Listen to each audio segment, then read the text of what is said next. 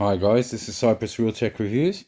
Just another little video to let you know that Samsung has released a little update to their 1.6 the 6.1 UI. As always, it's good to update your phone every time there is an update. So just go ahead and download it, and I'm pretty much sure that it's there to um, fix some of the bugs. So let's see that they have, because with me, as you can see, if I open up some of my, no, it's nothing there. Let's see if I can do it. See that little button down there? Um, that little mic button. When I put it on Samsung DeX, it shows up on the main screen.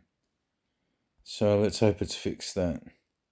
Samsung was saying that the new update was messing with some people's fingerprint unlocker lock screen.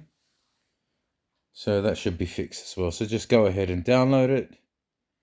Now, if you don't know where it is, just go down to your settings, go all the way down to software update, and download and install it automatically. Just download it, and it will take about a minute. And that's it. And enjoy your new update, new One UI 6.1. If you found this video useful, please subscribe and like, and comment down below and tell me what you like and don't like about the new 6.1